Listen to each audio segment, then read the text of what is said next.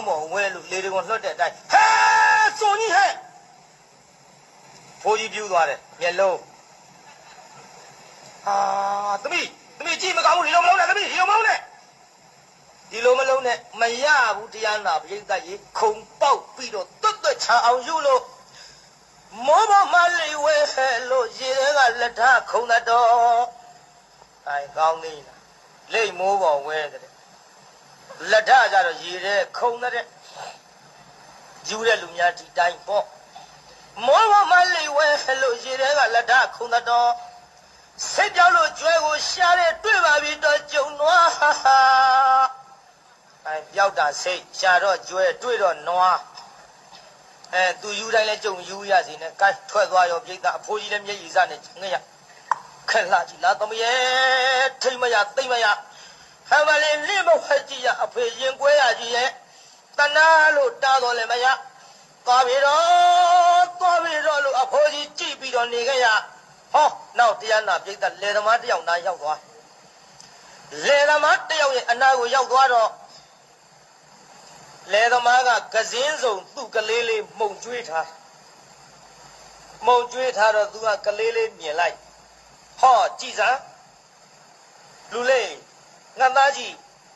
အမေမင်းရည်တဲ့မျောပြီးသေပြီးအောင်မိတာဘသူကဆယ်ပြီးဒီလားမှုန်ကျွေးထားတော့မမေ့ကျွေးပါဦးသားရဲ့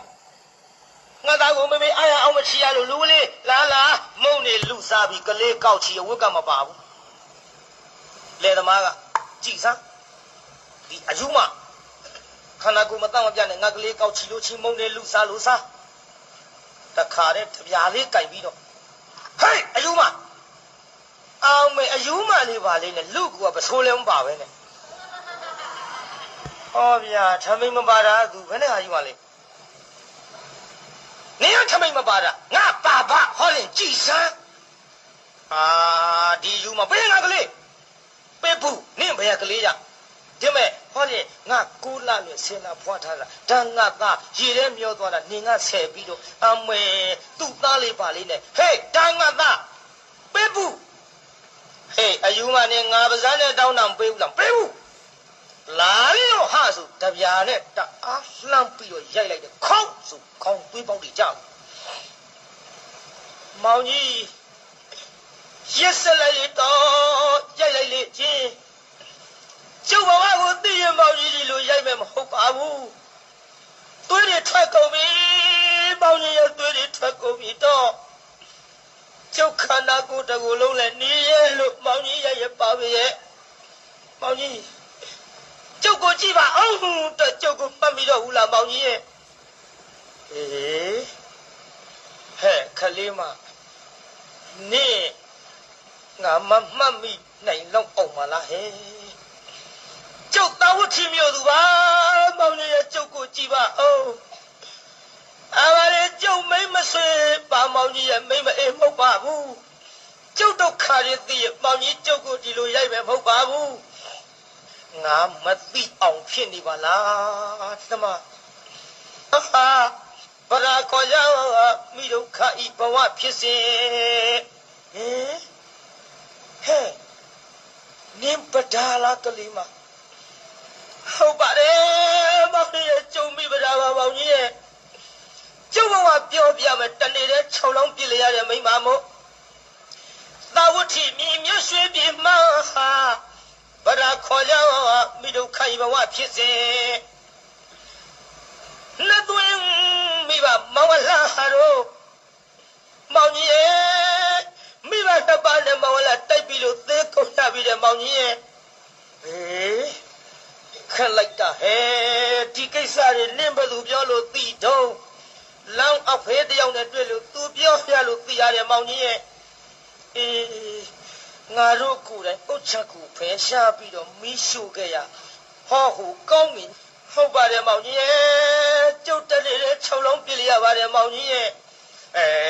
လားမောင်ကြီးအေးဟုတ်သားပဲနေဝရီဒါတော့ဆိုတဲ့ကောင်းကြီးပဲနေရတော့ကိုရတာလားတေကြပြီမောင်ကြီးရဲ့မရှိတော့ဘူးရှိသည်အလောဟာလင်တာကတော့ဝချုံနဲ့မွေဟောက်ခဲ၍ လျောင်းလဲစစ်ခွေတော်ရမမွေကြိုက်လို့တေးခဲ့ပြီမောင်ကြီးရဲ့တေးခဲ့လေပြီးဖြစ်စီမရဟာရေဝဲကြဟာရွေကျုပ်လေကိုရတနဲ့ရတော့အားလျောက်တော့ယောက်ျားလေးတွေတော့အေးဒါသာတီတာထားတော့အဲ့ဒီကလေးတွေနဲ့ဘယ်ပြစ်ထားခဲ့တော့ထားခဲ့ပါဘူးမောင်ကြီးရဲ့သူတို့ကျုပ်တော့မလိုက်ချင်လို့နေရခဲ့ပြီမောင်ကြီးရဲ့ဖြစ်စီမရဟာရေဝဲကြသားဟာသိဆိုချီသွားလို့မောင်ကြီးကျုပ်သားကလေးဟောဒီဘက်မှာထားပြီးတော့သားကြီးလေးကိုပြန်ခေါ်တော့လေသိဆိုကြီးကသားငယ်ကိုချီတော့သိဆိုကြီးရဲ့ငါသားလေးချပါတော့လို့ကျုပ်လက်ရပြီးတော့ခေါ်တဲ့ချိန်ခါမှာသားကြီးလေးကသူ့ခေါ်တာမှတ်လို့ရေတဲ့ကိုဆင်းအထုံးသာတွေးရတဲ့မောင်ကြီးရဲ့အခုတော့အဖေရဲ့အမေရဲ့မောင်ဘွားရဲ့လေရဲ့သားတယောက်ရဲ့၆လုံးပြစ်လိုက်ရတဲ့မိမမို့မောင်ကြီးကျုပ်တို့ခါကိုသိရမောင်ကြီးရိုက်ပါမဟုတ်ပါဘူးအခုတော့သွေးလေးလည်းဆွဲကုန်ပါပြီတော့ကျုပ်စိတ်ကနောက်တစ်ခါကြည့်တယ်လေမို့ကျုပ်သားအကြီးလေးမှလို့ကောက်ပြီးတော့ချီမိတာမောင်ကြီးရော့တော့သားကိုယူပါတော့တော်သားကျွေးတဲ့မုံလေးလည်းကျုပ်စားပြစ်မိကုန်ပြီတော့အခုချိန်ဒီထမင်းတစ်စီမှကျုပ်မစားရသေးပါဘူးမောင်ကြီးရဲ့စားလုံးလို့တော့သားကျွေးတဲ့မုံလေးစားမိပါတယ်မောင်ကြီးမကျင်တယ်လို့ရှိလဲကျုပ်ယိုပေးပါတော်သားဟဲ့နင်တောင်ပြောမြောက်ပြောနဲ့ငါပဲလုံးမအောင်မေးပါဘူးကဲရော့ဒီသူတွေတုတ်စားရော့ဟဲ့ခဏကူလည်းဝုန်းပါဘူးဟုတ်ကဲ့ရှက်ပါပြီတော့ကျုပ်ရှက်လိုက်လေချင်းကဲရှက်မနေနဲ့ရော့ဟောဒီငါကောင်းပုံထားတဲ့ပစိုးလေးဒါလေးပတ်သွားတာဝတီမျိုးပြန်ငါတို့လည်းစောင့်ရှောက်မယ်ပေါ့ဟဲ့နမနေငယ်သေးတယ်နော်ငယ်သေးတယ်တတိထားတော့ကိုစောင့်ရှောက်ပေးတော့လို့ပြန်လွှတ်လိုက်ပစိုးလေးပတ်ပြီးတော့ပေးလိုက်တော့လဲတရားနာပြိဿကြီးမရပါဟဲ့စိုးကြီးဟဲ့ချုပ်ပြပြန်ရောဒီလိုအဝမပါဗလာကိုရီနဲ့ရှောက်ပြီးတော့သွားလိုက်တာတအိမ်ဝင်တအိမ်ထွက်တချို့ကလေးတွေကသဲနဲ့ပက်ကြဒုံနဲ့ရိုက်ကြခဲနဲ့ပေါက်ကြတချို့အိမ်တွေကြတော့လေတနာလိုကျွေးကြအိမ်တွေဝင်ပြီးတော့တောင်းတဲ့အခါမှာလည်းပဲလင်းသေးတာသားသေးတာမိဘနှစ်ဖြာနဲ့မောင်မွားသေးတာရဲ့သတိရလို့ဥပဗုဒ္ဓကာလင်္ဂတပတိမဆောင်ပတိမတော်မတပိတသဝတ္တသဧကာစီတမိဒရှရေလို့အဲ့ဒီကဲ့သို့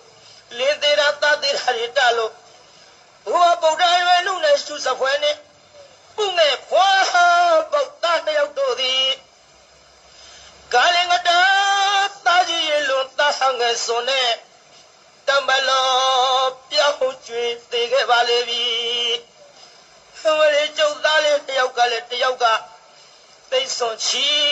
လို့တယောက်ကကြည်တဲ့မမြုပ်လို့သေးပြီတော့ဘုရားဗုဒ္ဓရွယ်နုနဲ့စုစပွဲနဲ့ပုငယ်ဖွာပုတ်သားလျောက်တို့သည်ကာလင်္ဂတာသားကြီးရေလွန်သားဟငယ်စွန်နဲ့တမလောပြောင်းကျွေးသေးခဲ့ပါလေပြီမတသမိခင်မလှောင်းဟာတထေမကို၎င်း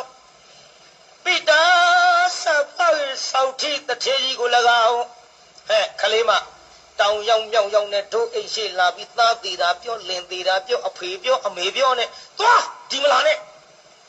ငေါ့ထုတ်လို့ထွက်သွားရတချို့ကလည်းတနာလို့ကြွေးကြမွေးကြဟိုလေကျုပ်တို့ခါဝသိရဒီလိုနှင်းရမယ်မဟုတ်ပါဘူးဒီလိုရိုက်ကြမယ်မဟုတ်ပါဘူးတနာကြမှာပါကျုပ်စားကြောင့်လေးပြောပြီးတော့ပြပါရစေအောင်ရဲ့လို့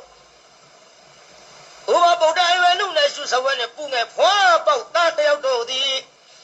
ကာလင်္ဂတာသားကြီးရေလွန်သားဟငယ်စွန်နဲ့တမလော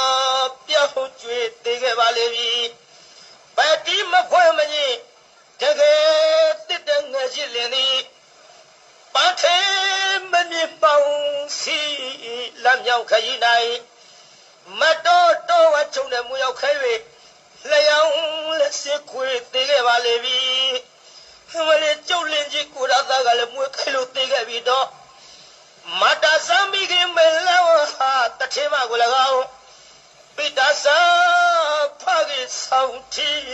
တထေကြီးကို၎င်း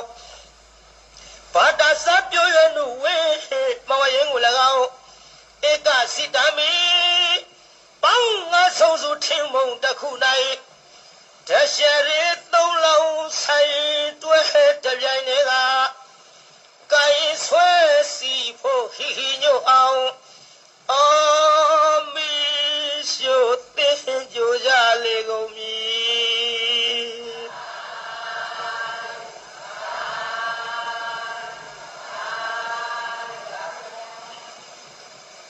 တတိကလေးရတဲ့ခါတိုင်းသားလျောက်လည်းတေခဲ့ပြီလင်းလည်းတေခဲ့ပြီဖေဖေမောင်ဝါလည်းတေခဲ့ပြီကျုပ်တနေတဲ့6လုံးပြည့်လိုက်ရတဲ့မိမကြီးမို့လင်းလည်းမရှိအဖေလည်းအမေမရှိလို့ကျုပ်ကိုတနာတဲ့ကြွေးစားဝေးစားပါတော့ပေးကြပါတော့လို့ဒီလိုငိုရင်ရိုးရင်လည်းကျွတ်ချိန်တန်လို့ထင်တရားနာပြိဿဟောမြတ်စွာဘုရားတရားဝဲကြီးနာရောက်သွားပြီယုတရားဝဲကြီးနာရောက်တော့ပဒါတတိလေးလည်းရလာအော်ပဒါနဲ့ကျုပ်ခွင့်ကြုံမိနဲ့တူရဲ့သုံးလောကထွတ်ထားတပ်ပြညမြတ်စွာဘုရားတရားဝဲကြီးနဲ့တူရဲ့ငါတရားနာမှာပဲနဲ့ပိဋကအစွန်ရောက်သွားပိဋကအစွန်ရောက်သွားတော့ပိဋကဟဲ့အယူမတော့မလာနဲ့ငေါ့ထုတ်တော့မဟုတ်ပါဘူးတော့ကျုပ်ငေါ့ကြပါနဲ့ကျုပ်မရိုက်ကြပါနဲ့မမှန်ကြပါနဲ့ကျုပ်ဟိုတရားနာခြင်းလို့တော့အေးထိုင်တရားနာဒီနာထိုင်နာမဟုတ်ကျုပ်ဘုရားဖူးခြင်းလို့တော့အေးဘုရားဖူးခြင်းကဲထိုင်ဒီနာထိုင်ဖူးမဟုတ်ဘူးတော့ကျုပ်ဘုရားနာသွားဖူးခြင်းလို့ဒီဟာကြီးကတော့ရမလားလို့ဘာမှပါပဲနဲ့ဒုက္ခပါပဲကွာဒီကောင်ဆွဲထုတ်စမ်းသူငေါ့ထုတ်တော့မြတ်စွာဘုရားတပည့်တော်မှာဘုရားကိုယ်တော်မြတ်ကြီးရှိအပတို့ကပ်ပြီးမဖူးရဘူးတရားမနာရဘူးလေဗျာတပည့်တော်မောင်လည်းမရှိအဖေလည်းမရှိအမေလည်းမရှိလင်လည်းမရှိလို့တပည့်တော်ကို20ကုန်ကြပြီဗျာတပည့်တော်အာကိုအားထားရမြတ်စွာဘုရားတဆူသာရှိပါတော့သည်ဘုရားလို့ရှောက်လိုက်တော့ဟဲ့ခြေသားခြေသမီးတို့မနှင်းညာနဲ့အသားနေဝင်မစေလာပါစေဟဲ့လို့ဟောဘုရားကိုယ်တော်မြတ်ခွင့်ပြုခိုင်းလိုက်တော့မှလမ်းကလေးပွင့်သွားပိုက်ထဲစွတ်တိုးဝင်ဖိုးကြီးတွေဝင်တိုက်ဟာခေါင်းမလေးဘယ်နဲ့ငါခွာတိုက်ဖိုးကြီးတွေကိုယ်ကရနဲ့တချို့ခွာကြီးတွေသူတိုက်လှည့်ပစ်ခဲ့တာဟာတော့အမလေးကြည်ရင်လုံးမလေးငါကျွဲလူကြတော့မအောင်အဖွားကြီးတွေလည်းလဲနေရဲ့ဒီလိုနဲ့တိုးခွေပြီးဝင်သွားလိုက်တာပြိဿဟောဘုရားပိုင်ရောက်ဒုကလေးတုတ်ရသော်ဗျာတပည့်တော်မှာဒုက္ခကြီးကြတော်မူပါဗျာဥပဗုဒ္ဓကာလင်္ဂတာပတိမရှံပฏิမတောမတပိတသဗ္ဗတသဧကာစီတမိတစရေတပည့်တော်လျောက်ထားပါမရွှေတန်းဆင်တော်မူပါဗျာဥပဗုဒ္ဓရွယ်လူနဲ့စုစခွဲလေးပုငယ်ဖွာပေါက်သားလျောက်တို့သည်ကာလင်္ဂတာတာကြီးရေလိုတာငယ်စွန်နဲ့တမလောပြောင်းကျွေသေးခဲ့ပါပြီဗျာတပည့်တော်တာအငယ်လေးကလည်းတိတ်ဆွချီလို့တာကြီးလေးကရေမှမြုပ်ပြီးတော့သေခဲ့ပြီဗျာပတိမဖွင့်မညစ်တကယ်သိတဲ့ငယ်ကြီးလင်းသည်ပန်းထဲမမြင်မှောင်စီလက်မြောင်ခရီးနိုင်မတော်တော်ဝချုံနဲ့မွေရောက်ခဲ၍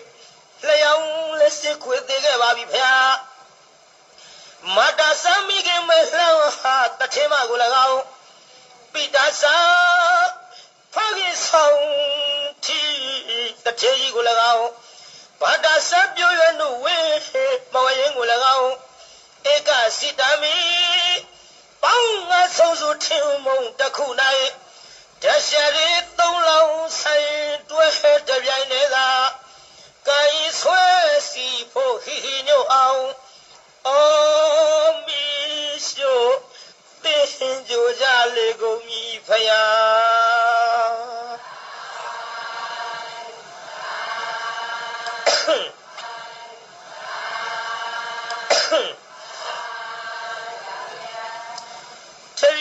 6လုံးပြည့်လျရတဲ့မိမပါဖះလို့ဖះလျှောက်တော့ ခြေသမီးတတိထားလို့အနမတက်ကတန်တရားကစလို့ဒီကဲ့သို့အဖေသေးလို့အမေသေးလို့လင်းသေးလို့သားသေးလို့ရွှေရင်းမျိုးတွေသေးလို့ငိုခဲ့ရတဲ့မျက်ရည်တွေစုထားရဲ့မဟာသမုဒ္ဒရာလေးစင်းမကတော့ဘူးဟဲ့ဒီလိုဖိုးသေးဝါသေးရိုးတွေတောင်းနေပုံလို့ဆိုတာလို့ခြေသမီးတတိထားဒီကဲ့သို့လင်းနေသားတွေသေးလို့ဘဝတိုင်းငိုခဲ့ရတဲ့မျက်ရည်စုထားမယ်ဆိုရင်ဖြင့်ဟဲ့ခြေသမီးမဟာသမုဒ္ဒရာလေးစင်းမြောက်မကတော့ဘူးဘယ်နဲ့ကြောင့်သတိမိတ်လျော်နေပြီတနည်းလို့မြတ်စွာဘုရားကုတော်မြတ်ကြီးကဟောမဟာသမုဒ္ဒရာသူဇလံပရိတကံတရောဘုံအတုဇလံအနဘကံဒုက္ခေနဟာဘုထတနရတသောစတောကေဟိကရဏတောကဝတပမိစတိလို့အဲ့ဒီအနောက်မတက်ကဒေသနာပြလိုက်တဲ့တရားနာပိဋကဆေးချက်မိတဲ့လူနာထထိုင်နိုင်သလိုဟောတရားနာပိဋကဒိဋ္ဌိနဲ့ဝိစီကိစ္စကွာလို့ပတ္တာစာရီသောတာပန်ဖြစ်ပြီးတဲ့နောက်ယဟန်ပြုခွင့်တောင်းတော့မှဘိက္ခုနီမှာကျောင်းတော်ရောက်ဘိက္ခုကျောင်းရောက်တော့ကြောက်ဖြာပေါ်မှာကျွတ်တူခြေကလေးတင်ပြီးတော့ရေဆေးတကိုးပိဋကအိုးတဲ့ကရေကလေးခတ်လိုက်အိုးတဲ့ရေမရှိတာသူသိမခတ်ခင်ကမရှိတာမဟုတ်ဘူးခတ်လို့ခွက်ထဲပါလာတဲ့ရေလေးကအိုးထဲမရှိဘူးခွက်ထဲပါလာဒါညံကလေးနဲ့ကြည့်ခွက်ထဲကရေလောင်းချလိုက်တော့ခြေမမိုးပေါ်ခွက်ထဲမရှိပြန်ခြေမမိုးပေါ်ကကြောက်ဖြာပေါ်စီးကြခြေမမိုးပေါ်မရှိပြန်ဘူးကြောက်ဖြာပေါ်ကြပြန်တော့မြေကြီးပေါ်ရောက်တော့လေရေအကွက်ကလေးသာထင်ပြီးပျောက်သွားတာကိုညံကလေးနဲ့အိုးတွေကရေခွက်ထဲမှာပြောင်းသွားပြီခွက်ထဲကရေခြေပမိုးပေါ်မှာခြေပမိုးပေါ်ကရေကြောက်ဖြာပေါ်မှာကြောက်ဖြာပေါ်ကရေမြေကြီးပေါ်မှာမြေကြီးပေါ်ကြပြန်တော့လေတရွေ့နဲ့စိတ်ပြီးတော့ပျောက်သွားတော့အကွက်ကလေးသာထင်လိုက်ရသဖြင့်အနိစ္စပါတကားလို့နောက်တစ်ခါထပ်လောင်းပြန်တော့ရှေ့တစ်စင်တိုးပြောင်းနောက်တစ်ခါထပ်လောင်းရှေ့တစ်စင်တိုးပျောက်သွားတာမြင်လိုက်တော့အနိစ္စတတ္တဝါတွေဒီဟောဒီရေခွက်ပမာဏတရွေ့နဲ့ရွေလျောပြီးတော့သေခြင်းနဲ့အဆုံးသတ်လို့တန်တရားမှာခြားလေပြီးတော့ဇာတိမပြတ်သမျှဒီဒုက္ခတွေအေးနိုင်ကြပါဘူးလို့ဉာဏ်ကလေးနဲ့ရှုလို့အနိစ္စကိုသုံးသပ်နေသောခါဘုရားကိုယ်တော်မြတ်ကခြေသမီးသင်္ကြန်မှန်တယ်သင်ပြောတာဟုတ်တယ်သင်လို့တာမမှားဘူးဟဲ့လို့ဩပါသရောင်ကြီးတော်နဲ့အကူကြီးပေးပြီးတော့တရားနာပရိသတ်ရေမြတ်စွာဘုရားကခြေသမီးဒီကဲ့သို့ခန္ဓာနာယုတ်တို့ရဲ့အဖြစ်ပြက်ကိုဉာဏ်နဲ့ရှုဆင်ခြင်းသောပုဂ္ဂိုလ်သည်တရက်ပင်နေရတော့လေအသက်တရားနေရတော့သူထက်မြတ်သည်ခန္ဓာနာယုတ်တို့ရဲ့ဖြစ်ပြမှုကိုမဆင်ခြင်မဲနဲ့မိလျော့ပေါ့တန်နဲ့ဖြစ်သလိုနေဖြစ်သလိုစားဖြစ်သလိုသွားပြီးတော့နေတဲ့တတ္တဝါများသည်အသက်တရားပင်နေရတော့လေတရက်နေရတော့သူတော့မမြတ်ဘူးချစ်သမီးလို့အဲ့ဒီကဲ့သို့ဒေသနာမိန့်ကြားသဖြင့်ပတ္တစာရီထေရီမသည်အာသဝကုန်ခံ၍ပါလာသမျှကံကျွင်းနေအရဟတမေနဲ့တတ်လို့အာသဝကုန်ခံ၍ယဟန္တာမကြီးအစီဖြည့်ကြည်ဖြစ်ရရှာလေတော်သတည်း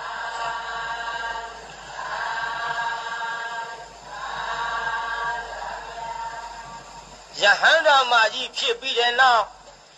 ဟောကျွတ်တို့ဘုံမို့ထိုးတာမြတ်စွာဘုရားလက်ထက်တော်ခါက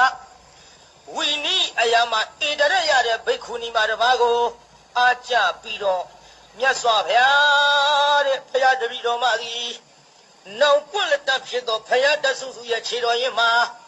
ဘုရားတပည့်တော်သည်ဝိနည်းအရာမှာဖြင့်ဣတရရပြီးတော့နိဗ္ဗာန်ကိုဝင်ဆံရပါလို့ဤလို့သူတောင်းခဲ့တဲ့ဆုအတိုင်းမြတ်စွာဘုရားကိုယ်တော်မြတ်ကြီးကချစ်သားတို့ချစ်သမီးတို့ ယဟန်မိမရဲ့မှာဝီနီးတက်တဲ့နေရာမှာတော့ဟောဒီပတာစာရီထေရီမသည်ငါဖယားအောင်ငါသမီးအမြတ်ဆုံးမဲ့လို့အဲ့ဒီလိုယာဒူးပေးခြင်းကိုခံရသဖြင့်တာဝဋ္ဌိမြို့သူဖြစ်သောပတာစာရီသည်သူ့အလွမ်းဇတ်တည်သိမ့်လို့ပြေသာကြီးဇတ်သိမ့်နဲ့ဆိုတာသေတာပြောတာမဟုတ်ဘူးနိဗ္ဗာန်ရောက်တာဒုက္ခဇတ်တည်သိမ့်သွားသောကြောင့်အလွမ်းဇတ်သိမ့်မတ်မငြိမ်းဆိုတဲ့ဇတ်လန်းဒိဋ္ဌိတန်းကြပါစို့နိုင်ပြန်တစ်ချက်ခွဲသွားခမည်းတော်လည်း